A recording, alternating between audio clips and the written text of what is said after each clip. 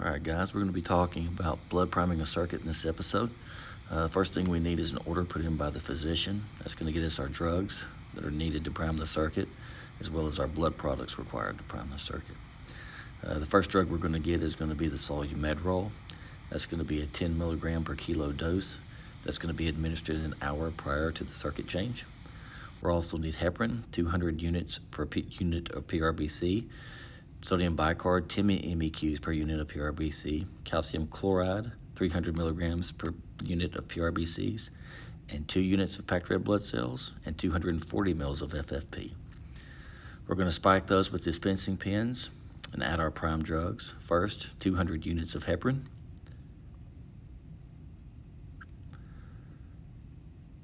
followed by 10 MEQs of sodium bicarb,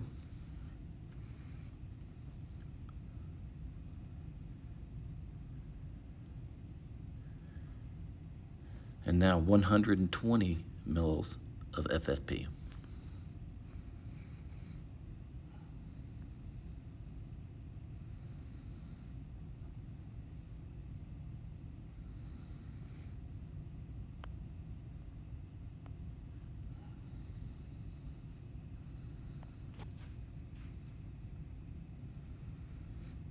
Okay, this unit's now ready to be dropped into the circuit. We're going to repeat the exact same process on the other unit of packed red blood cells. Before we start to drop blood, we go ahead and add our calcium chloride to the manifold. We don't inject it quite yet. This is to be added to the circuit once it's blood primed.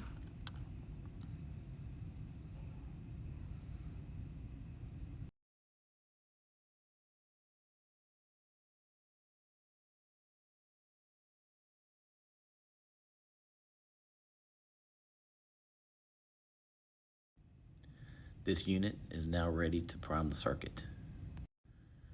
The same process will be done to the second unit of blood to prepare it for the circuit.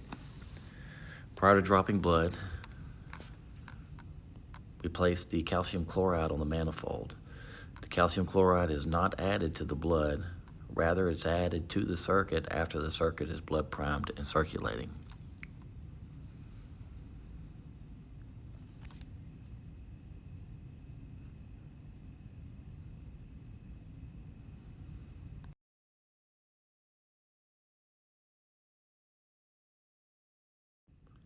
Now we're ready to start priming the circuit.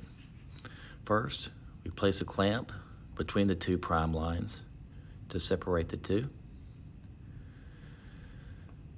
And then we close both stopcocks off to the circuit on the prime lines and clamp the clamps.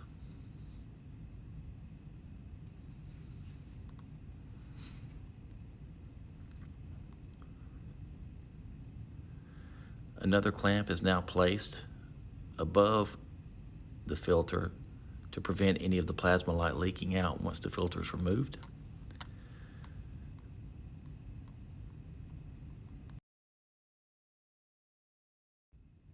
The filter is removed from the plasma light bag,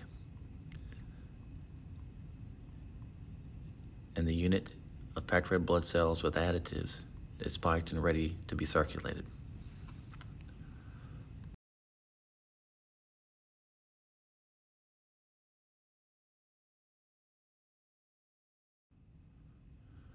Both slide clamps are released and the stopcocks are opened.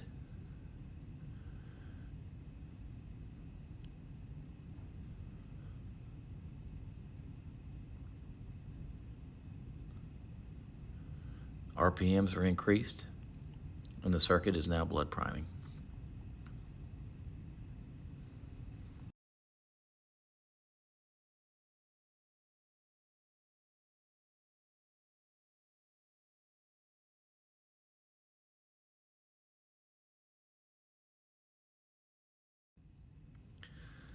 Pay special attention to the volume remaining in the bag while blood priming. If air is entrained into the circuit at this time, it is very difficult to get out.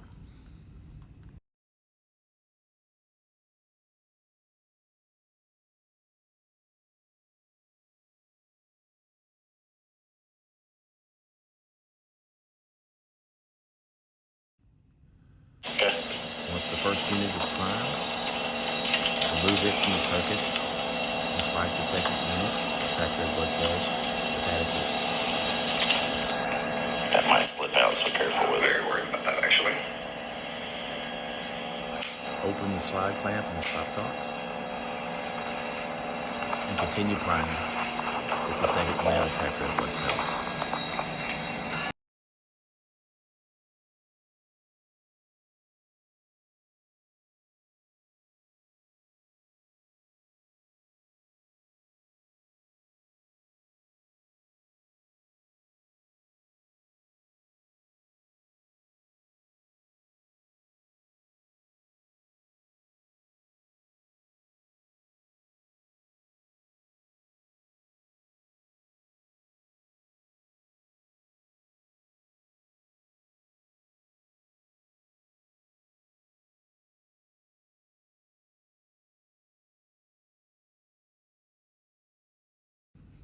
Once the circuit is primed, close both stopcocks and slide clamps.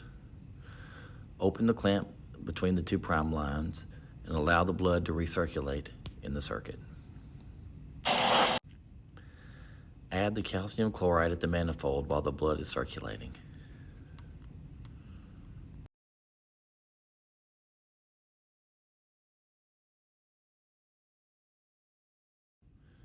That completes the blood prime process. Now prepare the circuit to be placed on the patient.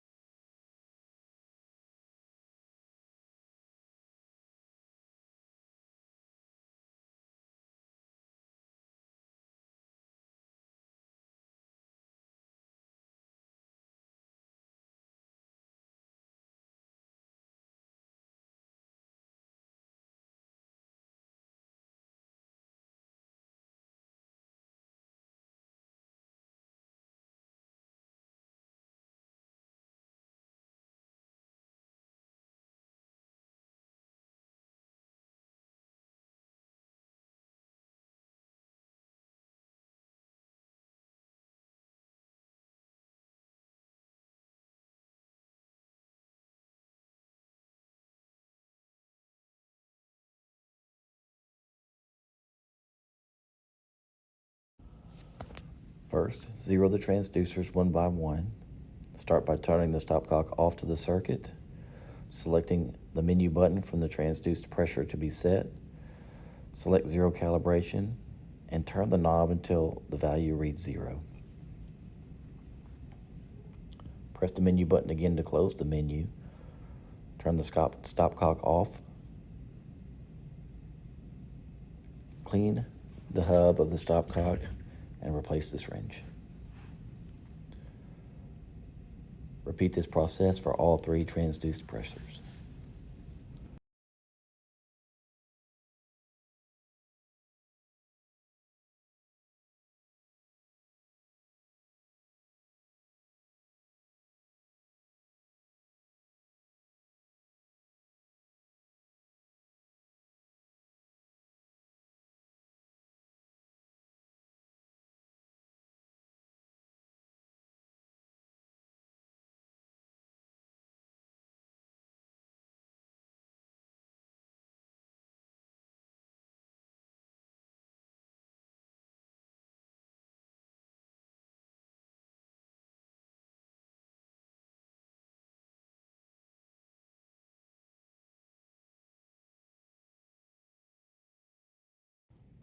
Next, we'll zero the blood pump.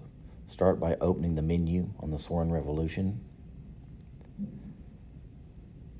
Going to the next page and selecting flow 0 calibration, turn the knob left to right after a clamp is placed in front of the flow probe to ensure 0 flow.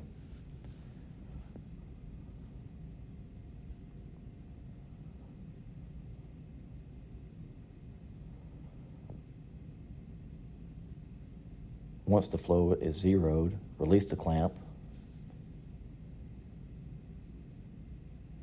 and turn the menu off.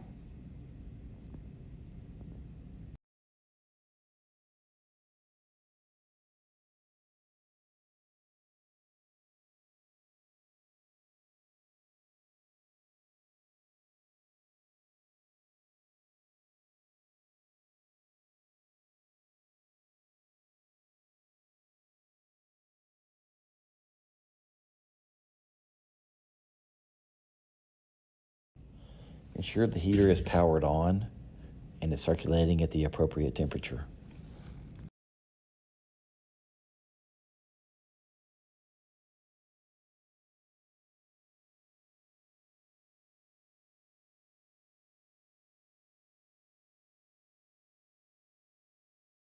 Also ensure all flow sensors are in the proper places on the circuit and all flow measurement devices are properly